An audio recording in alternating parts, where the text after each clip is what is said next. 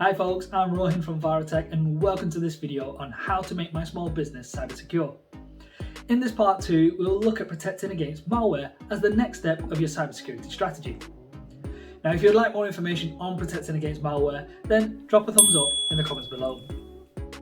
Now malware, as you know, comes in various flavours.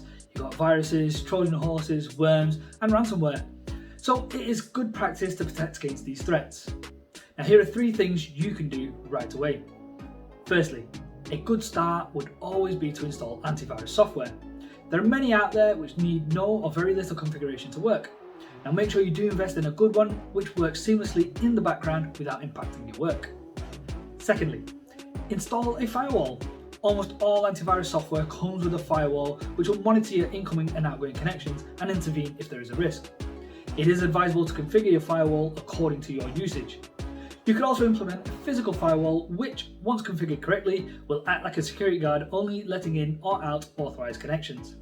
And thirdly, keep all your devices up to date. I know it can be annoying when there is a required update and it is very tempting to click on do it later, but don't wait. You can set updates to be downloaded and installed after hours so it minimizes disruption. Updates usually contain security fixes against vulnerabilities and help protect against hack attacks. Now, thanks for watching this part 2 video on how to make my small business cyber secure. Please do like, share and tag someone in the comments who would find this video useful. Thank you for watching and I'll see you on the next one.